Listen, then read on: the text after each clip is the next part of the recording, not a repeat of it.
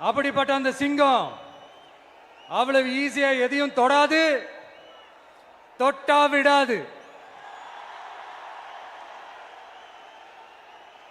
காட்டோட 4 பக்கமும் marking my டெரிட்டரின்னு தன்னுடைய பவுண்டரியை தானே வகுக்கும். அப்படிதான் அந்த காட்டையே தன்னோட கண்ட்ரோல்ல வச்சிருக்கும். சிங்கத்துக்கு கூட்டத்தோட இருக்கிறதுக்கும் தெரியும், தனியா இருக்கிறதுக்கும் தெரியும். அப்படியே தனியா வரணும்னு நினைச்சாலும் அஞ்சாம அலட்டிக்காம சும்மா கெத்தா தனியா வந்து அத்தனை பேருக்கும் தண்ணி காட்டும்.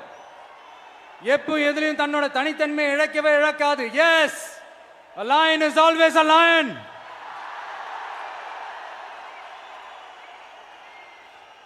There are so many jackals and other animals in the forest, but there will be only one lion.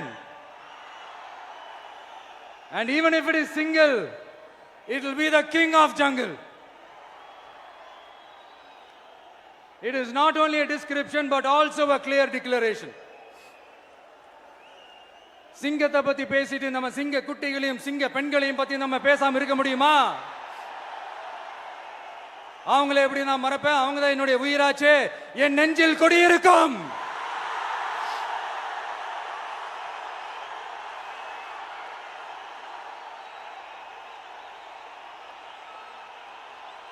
என்னுடைய தோழர்களுக்கும் தோழிகளுக்கும்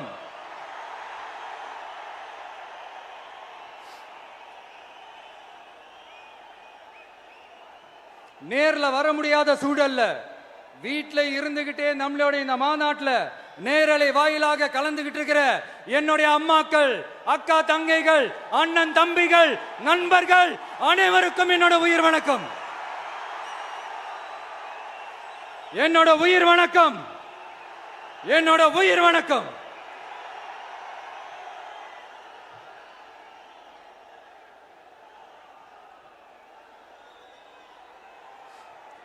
வீரம் விளையும் மாமதுரை மண்ணை வணங்குகிறேன்.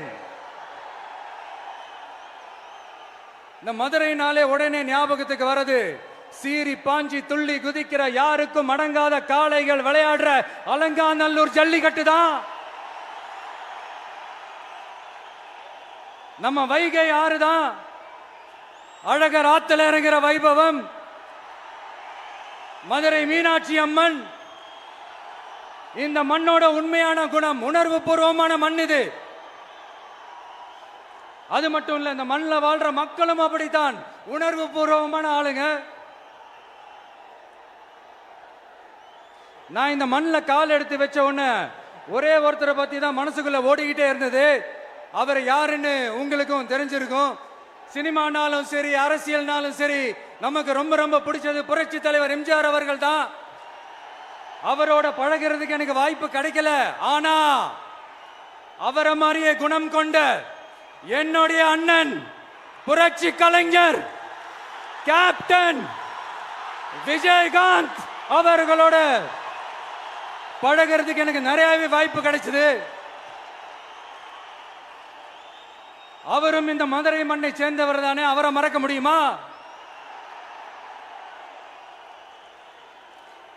தமிழ்நாட்டு மக்கள் உணர்வுபூர்வமா உண்மையா நம்ம பக்கத்திலே நிக்கிறவங்க, அதுக்கு ஒரு மிகப்பெரிய அடையாளம் தான் இந்த மதுரை மண். நம்ம தமிழக வெற்றி கழகம் கையில் எடுத்திருக்கிற அரசியலும் அப்படித்தான். உண்மையான அரசியல், உணர்வு பூர்வமான அரசியல், நல்ல அரசியல், நல்லவங்களுக்கான அரசியல், நாட்டு மக்களுக்கான அரசியல், நல்லது மட்டுமே செய்கிற அரசியல்.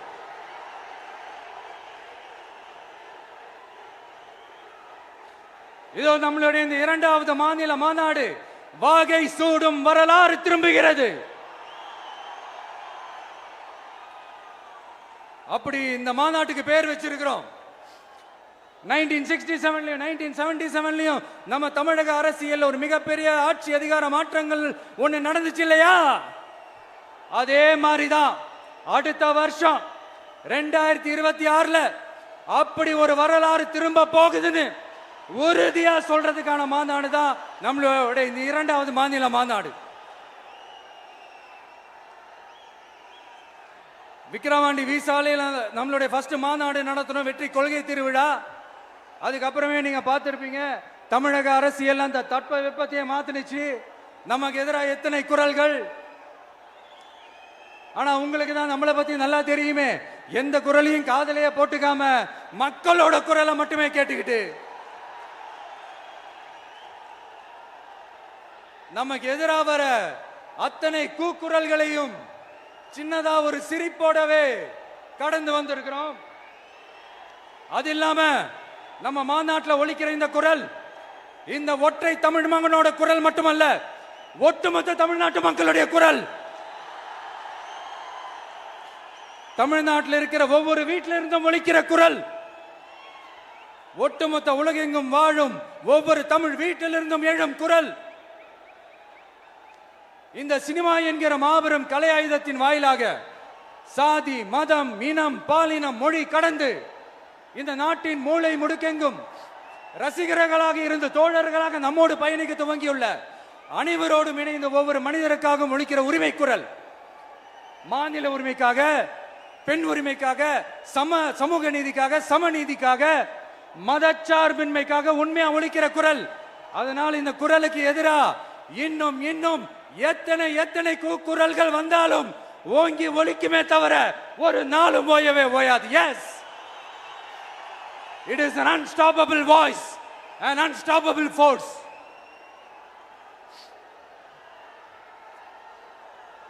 நம்ம அரசியலுக்கு வர்றதுக்கு முன்னாடி அட இவரெல்லாம் வரமாட்டாரியா, அவரே வரல, இவரே வரல, இவருங்க வர போறாரு அப்படின்ட்டு நிறைய பேர் ஜோஷியம் சொன்னாங்க. அப்புறம் நம்ம கட்சியினுடைய பேர் அறிவிச்சதுக்கு அப்புறம் பேரு தானே அறிவிச்சிருக்கிறாரு, மக்கள் கிட்ட பேர் வாங்கணும்ல, அதெல்லாம் முடியாதுன்னாங்க. அப்புறம் ரொம்ப முக்கியமா மாநாடுலாம் எவ்வளவு பெரிய விஷயம், அதெல்லாம் இவர் ஒத்தால எப்படி பண்ண முடியும், சும்மா பக்கத்தில் புசியானதை வச்சுக்கிட்டு மாநாடுல எப்படி நடத்தி காட்ட முடியும், அதெல்லாம் அவங்களால முடியாது. அப்புறம் மழை பெஞ்சு எல்லாத்தையும் கெடுத்துரும். ஏன் என் கூட இருக்கிறவங்களே கூட தான் சொன்னாங்க. அதுக்கப்புறம் என்ன நடந்துச்சுன்னு உங்க எல்லாருக்குமே தெரியும். இப்ப புதுசா ஒண்ணு சொல்ல ஆரம்பிச்சிருக்கிறாங்க. அது என்னடானா, ஆட்சியை பிடிக்கிறதெல்லாம் அவ்வளவு ஈஸி இல்லை இல்லையா. இப்ப அதெல்லாம் விட்டாங்க, இப்ப இங்க வந்துட்டாங்க. இவர் நேரா ஷூட்டிங்ல இருந்து வருவாராம், வந்து ஆட்சியை பிடிப்பாராம். அது எப்படி இவராலே முடியும், அவராலே முடியல, இவராலே முடியல, அவருக்கு அத்தனை வருஷம் ஆச்சு, இவராலே எப்படி முடியும்ட்டு ஒரு பக்கம். இன்னொரு பக்கம் கூட்டம்லாம் ஓகே தான், அது எப்படி ஓட்டா மாறும் அப்படின்றது இன்னொரு பக்கம். இப்படி கதை, திரைக்கதை, வசனம், இயக்கம், பாடல்கள்,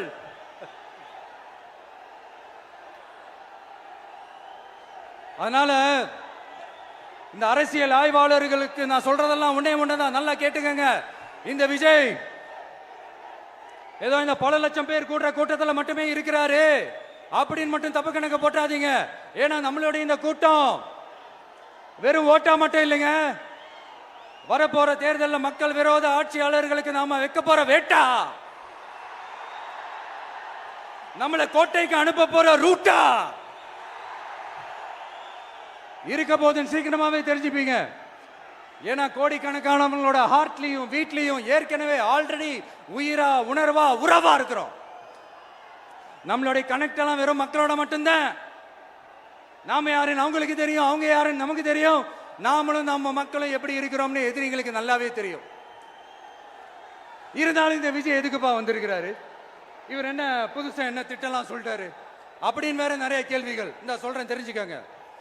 பெண் குழந்தைகள், பெண்கள் மற்றும் வயசானவங்களோட பாதுகாப்புல தான் நம்ம பிரையாரிட்டியே.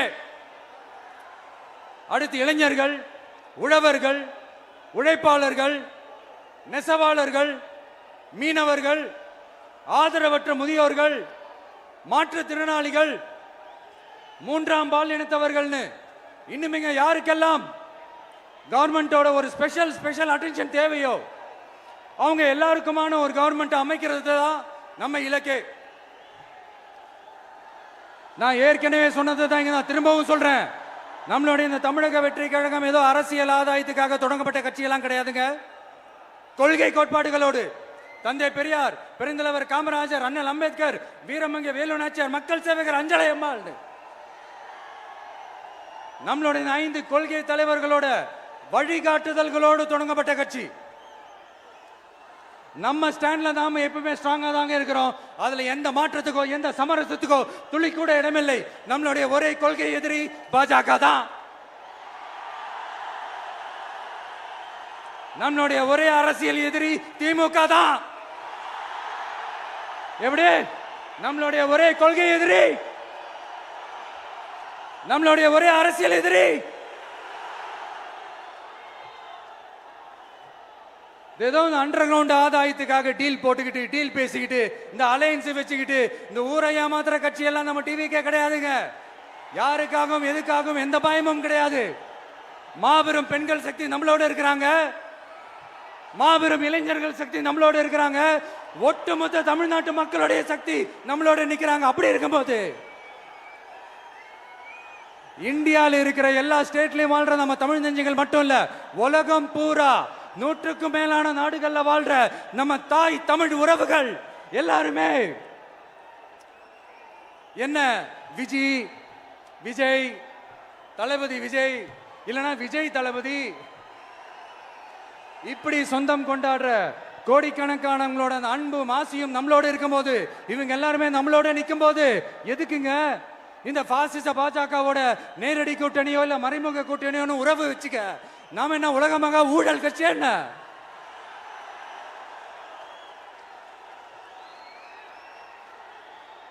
நம்மளை பத்தி சின்னதா ஒரு உண்மை ஒண்ணு சொல்லலாமா? என்னடா இவர் வாயால இப்படி சொல்றாருன்ட்டு யாரும் தவறா நினைச்சுக்க வேணாம். ஏன்னா இது ஒரு விதத்துல ஒரு ஃபேக்டும் கூட. அதனாலதான் நான் சொல்லணும்னு ஆசைப்படுறேன். நம்ம யார் தெரியும்ல? நாம எல்லாருமே சொல்றேன். நாம யார் தெரியும்ல?